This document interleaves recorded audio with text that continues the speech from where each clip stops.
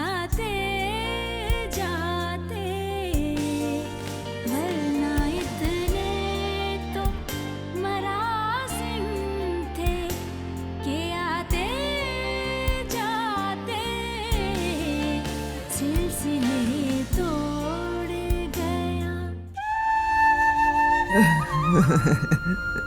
باشه دیگه ول کن. ممنون، در رو باز کن. تبسم، شاید داداشت اومده. معلوم نیست کجا بوده. همیشه که سر وقت می اومد. از دست این پسر.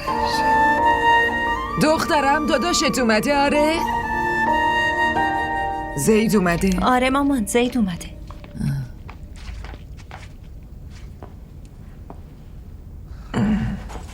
کجا بودی پسرم؟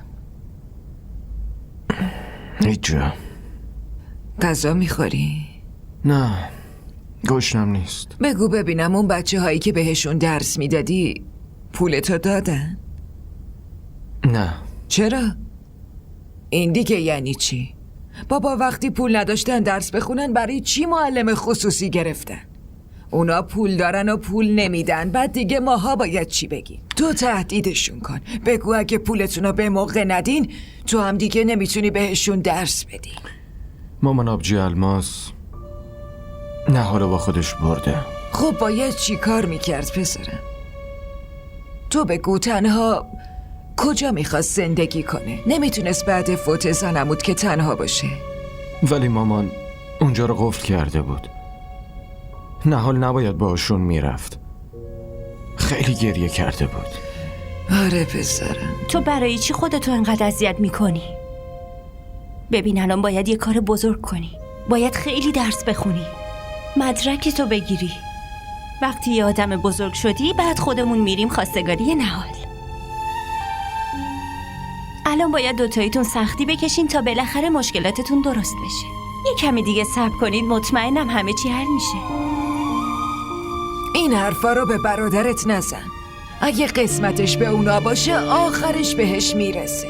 سنش هنوز کمه. اینایی هم که سنشون کمه اگه به عشقشون نرسن بازم فرصت دارن. منم میخوام از این نرسیدن نجاتش بدم. مامان، زنمو خودش از عشق این دوتا مرغش خبر داشت. اون خودش منتظر بود این بزرگ شه و به یه مقام مهم برسه، ولی زندگی بهش فرصت نداد. اینو حتی الماس هم میدونست. نهال آخرش برای ماست تا عروس یکی یک دونه خودمونه. بسه، انقدر حرف نزن پسرم. صبح باید بری دانشگاه، برو استراحتتو بکن. تو هم دیگه برو بخواب، باید بری مدرسه. پاشو. باشه چشم.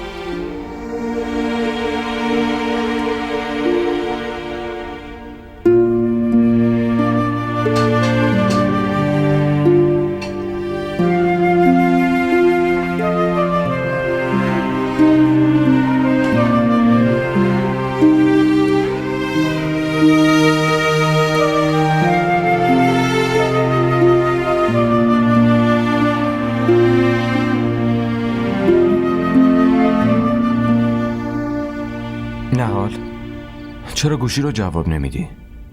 گوشی تو کیفم بود، متوجه نشدم. برای چی گریه میکردی؟ خیلی برات نگران بودم. بگو ببینم مال آقا بامداد خوبه؟ مثل قبل. مادرش هم اومده درسته؟ باهات خوب رفتار کرد؟ آره، جواب سلاممو داد. جواب سلامو که به غریبه هم میده. آره خب من یه غریبم، مجبورم تو این خونه زندگی کنم. آخه این چه حرفیه که میزنی؟ اونجا خونه خواهرته. اصلا فکر نمی کنم اون صاحب این خونه باشه. فرق بین من و اون فقط اینه که اون مجوز داره تو این خونه باشه و من ندارم. ما دوتا تو یه سطحیم. 3 سال، فقط 3 سال صبر کن. بهت قول میدم با این کاری که پیدا کردم زود ازدواج میکنیم. برای همیشه میارمت خونه خودم. این 3 سالو به امید زندگی خیلی خوب بگذرون. گریه که نمی کنی؟ نه،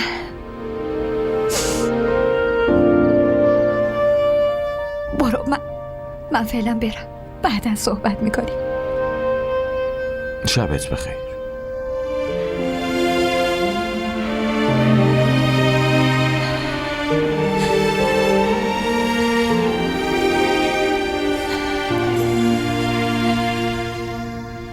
من از کجا میدونستم ترافیک اینقدر سنگین میشه؟ من خودم هم میخواستم زود برگردم. غذا پختم و رفتم. خب دونه تازه میخوری دیگه. گفتم بیام درست کنم. آخه با این رفتارت بیچاره نهال یه ذره ترسیده. ببین مامان فقط چند روزه فوت کرده. اون طفلی بازم نمیخواست از خونه بیاد بیرون. آخه چجوری بگم، فقط زار زار گریه کرد وقتی داشت از خونه میرفت.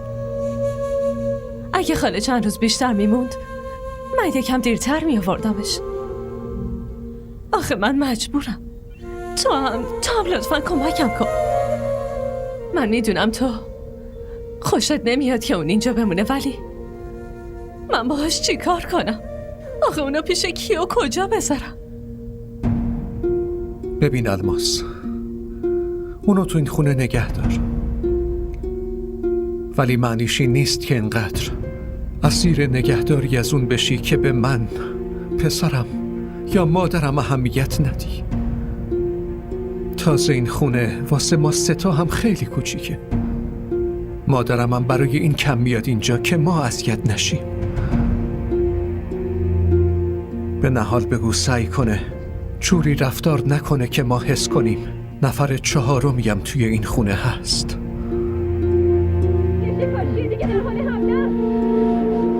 بهش بگو تو این خونه کسی ساعت 10 به بعد تلویزیون نمیبینه. برای همینم باید تلویزیون رو خاموش کنه. لطفاً.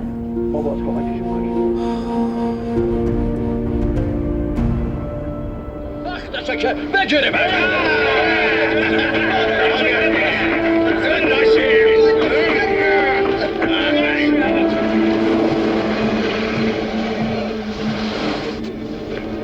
چیزی نمونده کاپتان.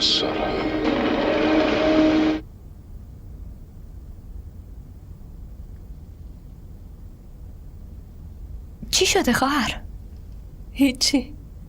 همینجور اومده بودم تو رو ببینم.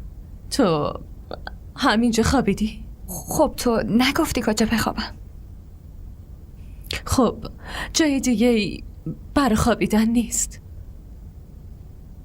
باشه یه کاری کن. تو همینجا بخواب. خب من برای چادر و ملافه میارم. باشه.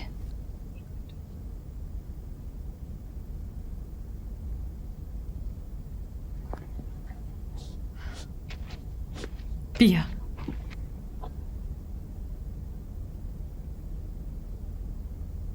الان دیگه آروم بخواب. آبجی اگه خوابت نمیاد بشین یه سر از مامان حرف بزنیم.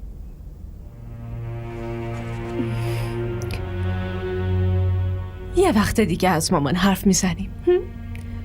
الان اون خیلی حالش خوب نیست. راستی تلویزیون نبین. تو این خونه ساعت 10 به بعد تلویزیون دیدن ممنوعه. فقط آروم بخواب.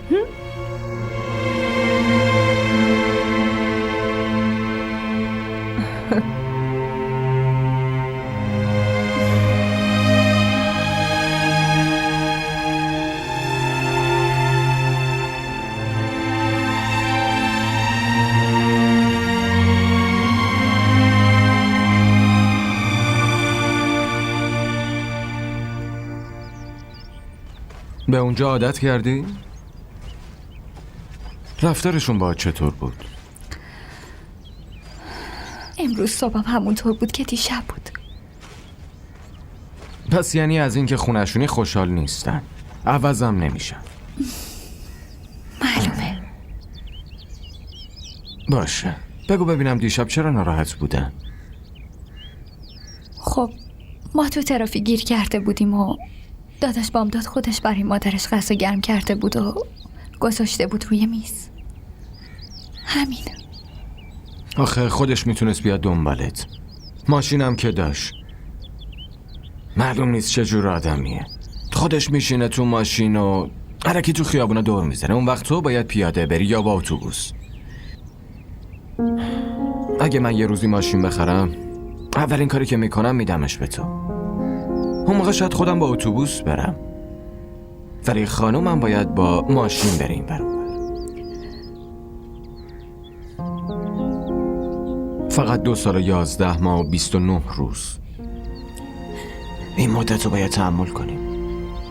میدونی من درسم رو شروع کردم. درسم تموم بشه باید مدرکم رو بگیرم. اون وقت میتونم وقتی اولین حقوقم رو گرفتم بیام خواستگاریت. میدونم برات سخته عزیزم، ولی باید تحمل کنی. همه چی رو درست میکنم، بهت قول میدم. تو فقط این روزا رو یه طوری تحمل کن. من همه تلاشم رو میکنم، همه تلاش برای اینکه بتونم زندگی خوبی برات بسازم.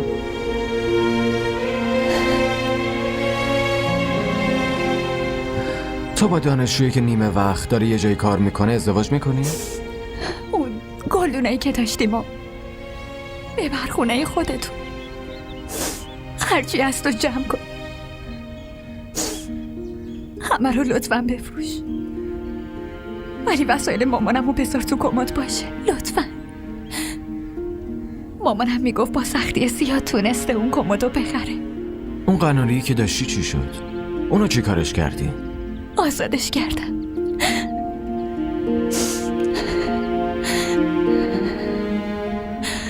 من تو یه شب قدر همه چیز خونه کوچیکمون رو فهمیدم. چیزایی که هیچ وقت بهشون توجه نکرده بودم الان برام با ارزش شدن.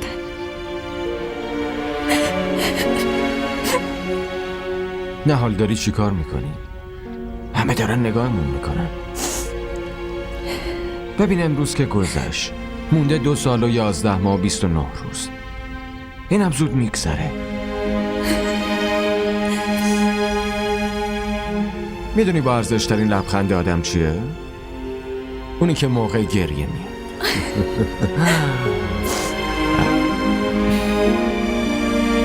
عزیزم.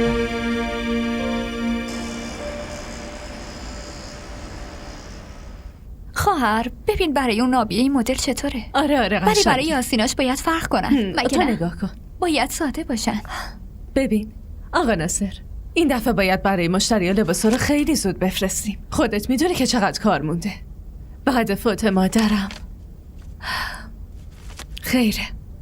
شما که میدونی تو هر خونه دیزاینرایی مثل ما هستن. مردم زود میتونن دیزاینر جدید پیدا کنن. لطفاً سفارشاتو زود انجام بده. چشم انجامش میدم خانم. تموم شد؟ خیلی خوب. بیا اینا رو هم ببین. خیلی خوب من دیگه برم. باشه آقا ناصر. ببین داشتم میگفتم اون لباس تنگه رو باید آستیناشو ساده بدوزیم. آره دقیقاً. یعنی همه جاشو پنس میگیریم و آستیناشو ساده میدوزیم. مادر جان بیاین اینجا بشینی. تو بوتیکت به نهالم سهم دادی؟ مامان برای چی باید به نهال سهم بدم؟ آخه داشت برای خودش کلی تر میداد. من فکر کردم شاید اینو هم شریک خودت کردی. مگه همه مثل پسر منن که مفت و مجانی خرج بقیه بکنن؟ مادر نهال خیلی عاقله. استعدادش توی فشن خیلی خوبه. ایده های خیلی خوبی میده.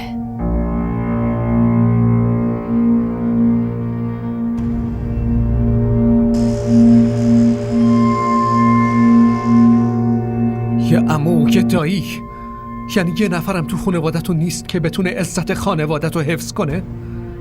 چه آدمای بی غیرتین. مسئولیتاشون رو انداختن گردن یه داماد و خودشون رو کنار کشیدن و غیبشون زده. تو فامیل ما فقط یه زنموی بیوه هست. دخترش با نهال هم دانشگاهیه. اون بیچاره ها زندگیشونو با پول تدریس خصوصی میگذرونن. فامیلای مامانم که همشون تو هندن. ما هیچ رابطه‌ای باهاشون نداریم. هیچ کسی رو نداریم که این دختر رو پیشش بذارم. اولین کسی که نسبت بهش مسئولیت داره منم، همونطور که تو نسبت به من مسئولیت داری. من این مسئولیت رو قبول نمی کنی. من نمیتونم مثل تو چشمامو به مسئولیتی که دارم ببندم. چی؟ منظورت چیه؟ با حرف زدن از وظیفه و مسئولیت میخوای اینو ثابت کنی که نگهداری خواهرت وظیفه منه؟ بس تو رو خدا، همینجوری کل روز خسته میشم. همین الان داشتم پیش مامانم عیبای شما رو میپوشوندم. حداقل بذار تو این خونه با آرامش زندگی کنم.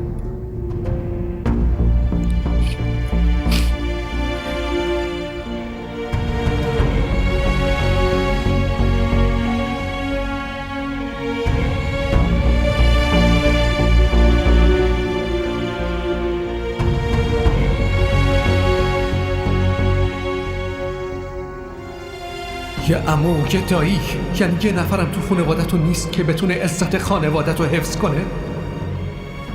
چه آدمای بی غیرتی هست؟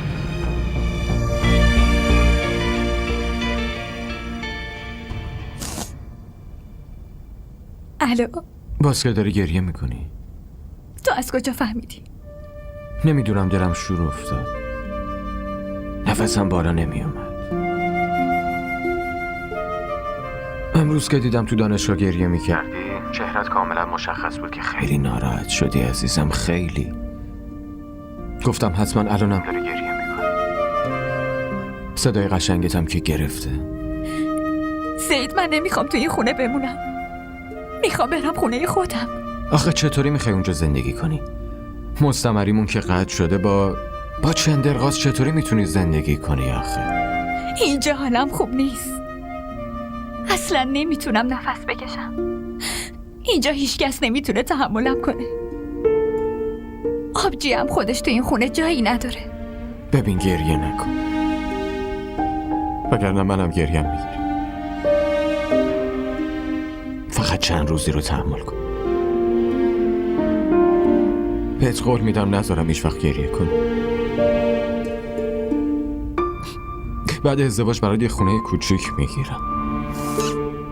همه چی به میل تو پیش میره عزیزم. اونجا با هم دیگه زندگی میکنی. هر گوشه کنارشم به سلیقه خودت میچینی. فقط 3 سال. ببین دومین روزم گذشت. دیگه چند روز مونده؟ 2 سال و 11 ماه و 28 روز. فردا میای دانشگاه؟ آره. باشه، برو با پیامک حرف میزنیم. ممکنه یکی ببینه. چرا؟ مگه اونجا همه میفهمن داری با گوشی حرف میزنی؟ آره، ولی همه که خبر ندارن. مامانم میدونه. مامانم به هم قول داده روزی که درسم تموم بشه همون روز برای خواستگاری بیای. ولی اگه امتحاناتو پاس نشی چی؟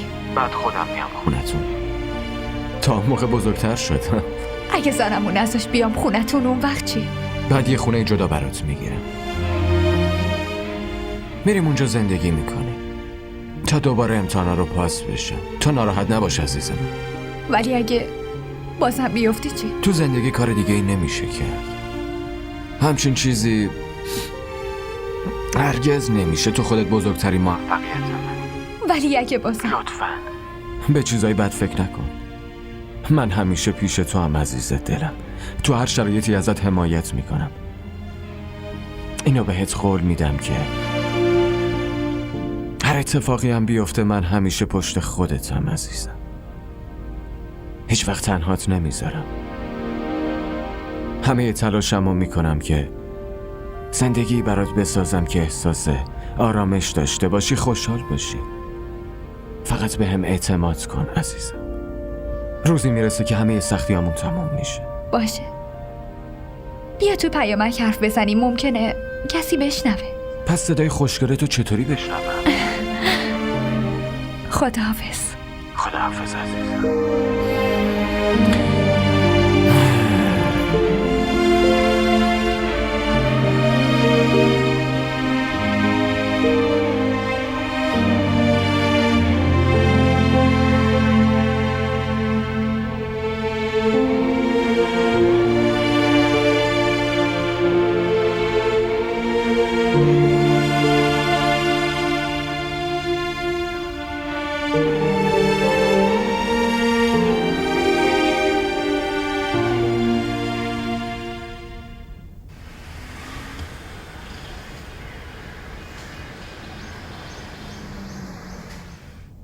اونی که داره جواهر دوزی میکنه پارچه رو برات میفرسته.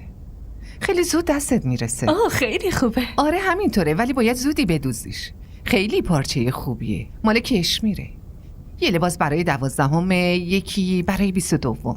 مال من سفارشی میدوزی دیگه. آره باشه خواهر، بگو ببینم چای بیارم یا شربت؟ نه هیچی. ای بابا یه چیزی بخور لطفا. باشه پس چایی بیار. آخه بعد نهار چایی نخوردم، یه ذره تشنم شده. باشه. نهال. بله خواهر. سلام. علیک سلام. نهال یه چای خوب درست کن. باشه. بعدشم مادر جونو صدا کن. چشم. به خونه ای تو عادت کرده؟ آخه خواهر چی بهت بگم، طفلی خیلی صبوره، از مجبوری خیلی زود عادت میکنه. ببینم خانواده شوهرت و شوهرت نگفتن چرا اومده اینجا؟ ای بابا خواهر یه روزم نیست که بهش طعنه نزنن و نگن مفخور. من و خواهرم شدیم اسیره دست این جلادا که تو این خونه زندگی میکنن. بدبختی اینه که نگه داشتن خواهر خودت تو خونه خودت سخته. یه پسر خوب براش پیدا کن و شوهرش بده. ولی میدونی خواهر، زنمون خیلی دوستش داره، میخواد عروس خودش بشه. مادرم هم پسره رو خیلی دوست داشت. هنوز قطعی نشده، دوتاشون سر این قضیه تفاهم دارن، ولی پسر هنوز آمادگی نداره. تا بخواد ازدواج کنه حداقل 5 سال طول میکشه. 5 سال؟ خانواده شوهرت و شوهرت 5 سال تحمل میکنن که اینطور؟ خیلی خوبه. آبجیگیتی فقط دعا کن که خدا دلشونو به رحم بیاره. مادرم اومد، بشینیم. سلام عرض شد. علیک سلام. حالتون چطوره؟ شکر خدا. مادر جان ایشون آبجیگیتیه، فامیلمون. ایشون و مادرم با هم دخترمو بودن، با هم از هند اومدن، خیلی همدیگر رو دوست داشتن. آبجیگیتی ایشون مادر بامداده. حالتون خوبه؟ از دیدنتون خیلی خوشبختم. تعجبم میکنم که تو خانواده الماس همچین آدمایی هم هستن. تو فامیل همه مدل آدمی هست، فقط روزگار و شرایط از هم دورشون میکنه. تو خونه ما مادر و پدرم بودن و خواهرم و 2 برادرم. وقتی هم ازدواج کردم اونقدر درگیر شدم که خبر گرفتن که هیچی. مادر بیمارم هم نشد ببینمش. ببین فامیلتون به چه سختی زندگیشو گذرونده و چقدرم مشکل داشته. تو قدر پسر منو بدون. شوهرش 2 ماه تمام این خانومو گذاشته بود خونه مادرش تا بره و مریضداریشو بکنه. بیچاره بچه‌م از صبح تا شب مدام یه پاش تو خونه بود و یه پاش تو بیمارستان. بعد الان مسئولیت خواهرشم قبول کرده.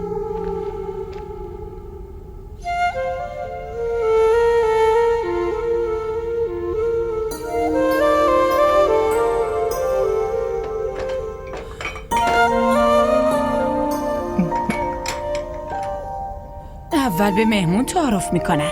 شکر رو بذار اونجا. چشم.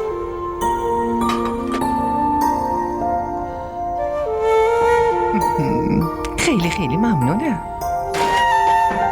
متشکرم.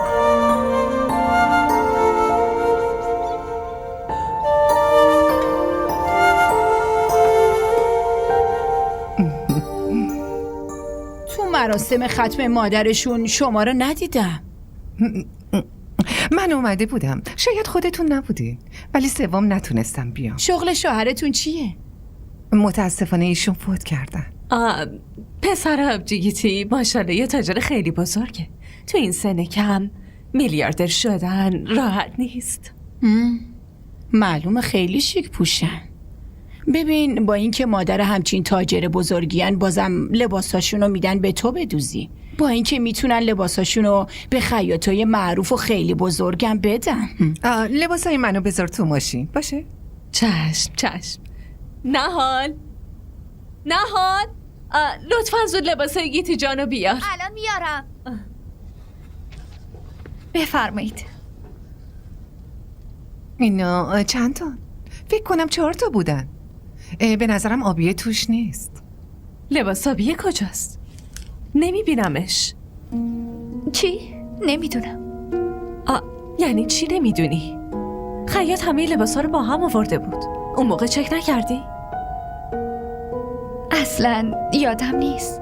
نه حال؟ برو درست ببین. حتما همون جاها باید باشه. اینا رو با هم دیگه بسته بندی کن. کجا داری میری؟ در رو باز کن، دارن زنگ میزنن. چشم.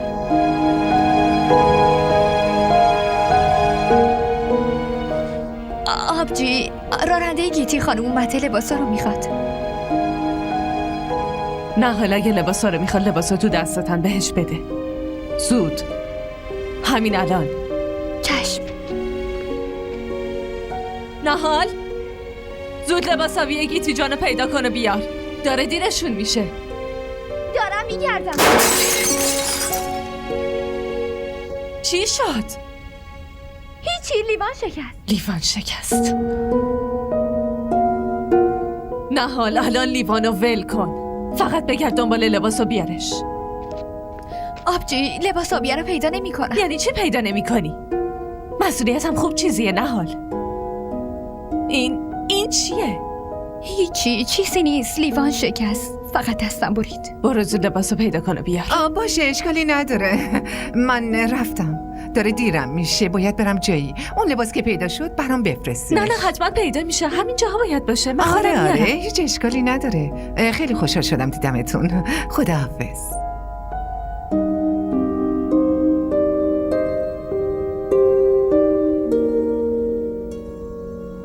برای چی لال شدی؟ چرا حرف نمیزنی؟ 10,000 تا یه منو تو دزدیدی؟ من نمیتونم آقا. دروغ نگو. بهم بگو پول من کجاست؟ زود باش. ولش کن. این چه کاریه؟ ولش کن. از حلقومت میکشم بیرون. گفتم ولش کن. برو زودتر برو. این چه کاریه داری میکنی؟ برای چی این بچه رو میزنی؟ به خاطر 10,000 روپیه؟ اینجا همه دارن از من سوء استفاده میکنن. همه دارن موی دماغم میشن. قیافه من اینقدر احمقه؟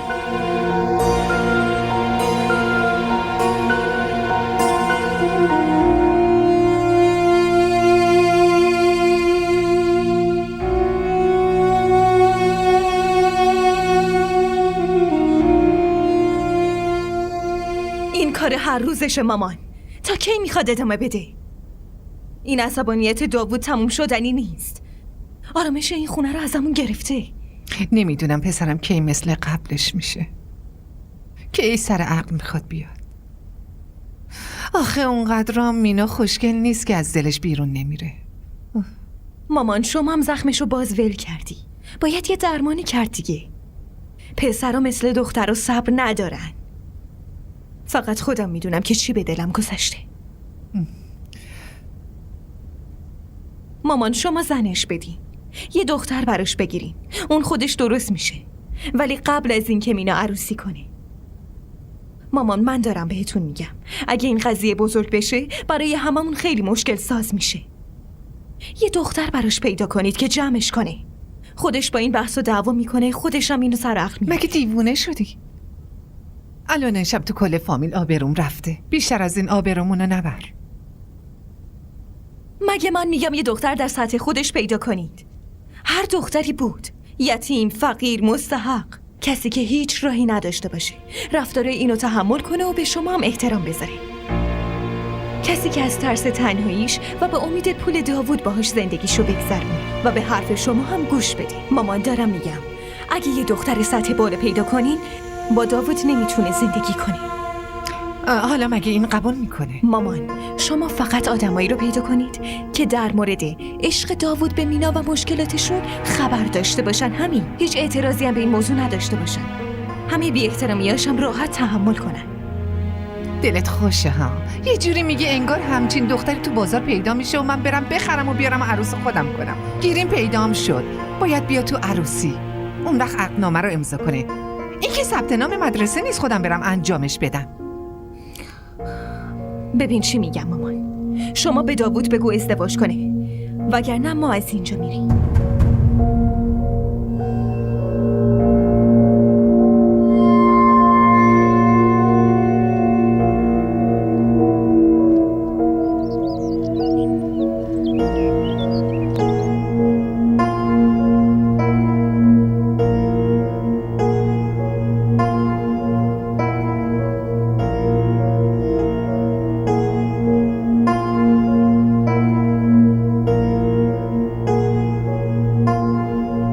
مگه میشه کلید پیدا نشه؟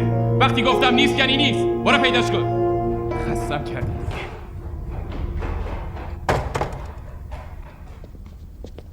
کلید گم شده، زود پیداش کن وگرنه قیامته. این کلید چی شد؟ گم و گور شده. بهتون گفتم دیرم شده. یعنی کجا افتاده؟ من اون موقع همونجا نشسته بودم. بابا شماها شورشو در آوردین به خدا. همینجا گذاشته بودم. برای چی نمیفهمید؟ بابا بسه. برای چی پیداش نمی‌کنی؟ اینجا رو ببین. شما همتون کورید. برو عقب ببینم.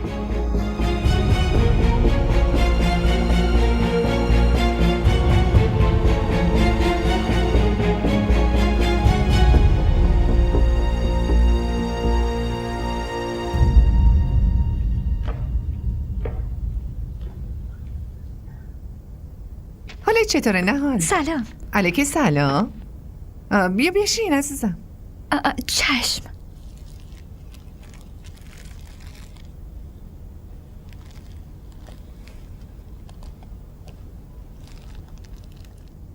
بشین.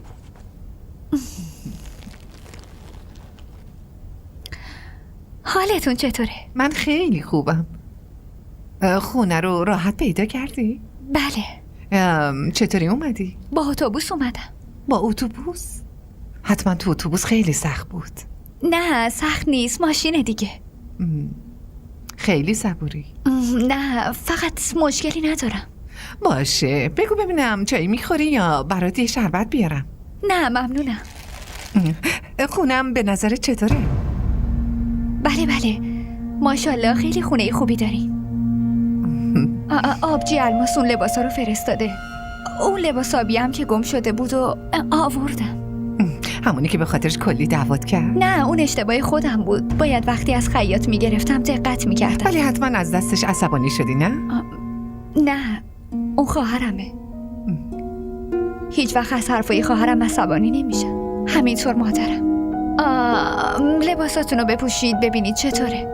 ببینید از مدلش خوشتون میاد یا نه. اگه هم خوشتون نیومد درستش کنید. خب منم بعدش باید برم. دانشگاهم دیر میشه. چطوری میری؟ با اتوبوس دیگه. نه بابا چرا با اتوبوس بریم؟ من با ماشین میرسونم. نه ممنون نیازی نیست. دانشگاه من خیلی دوره.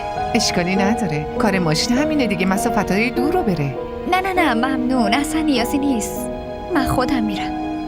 نه من با ماشین میرسونمت. هیچ مشکلی هم نیست.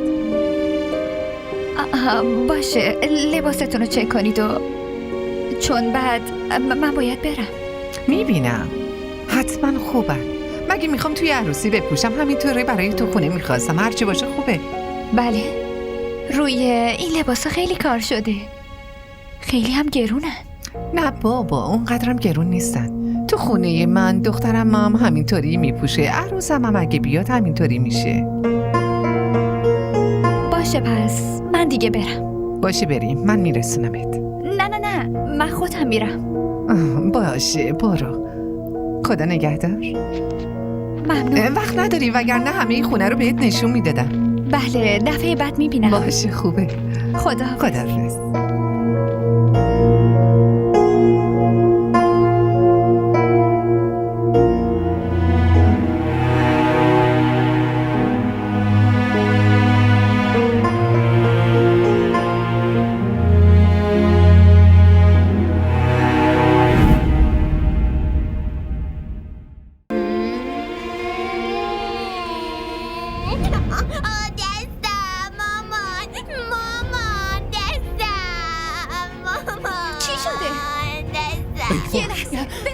شده؟ چی شده؟ ای وای بچه چه شده؟ بچه دست هستش بچه‌م سوخته. ولش کن. خودم براش میزنم. کی اینو تو رو اینجا ول کرده؟ کی؟ مگه کوری تو نمیبینید که این بچه هم اینجا توی خونه است؟ یکی از یکی خودتک. تو کجا بودی؟ دیگه این حواس فردی تو بیش از اندازه داره اذیتمون میکنه. بسه دیگه شورشو در آوردی. بیا ببین پسر، همشون دیوونن.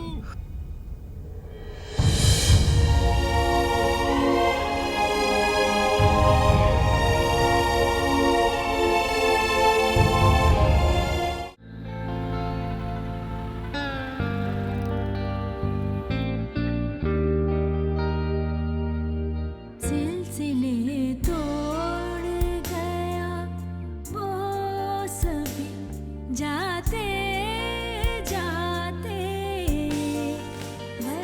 DDTV ارائه کننده بزرگترین سریال های درامای ترکی، کره‌ای، پاکستانی دوبله شده به فارسی می باشد. لطفاً سابسکرایب کنید و عضوی از خانواده ما شوید.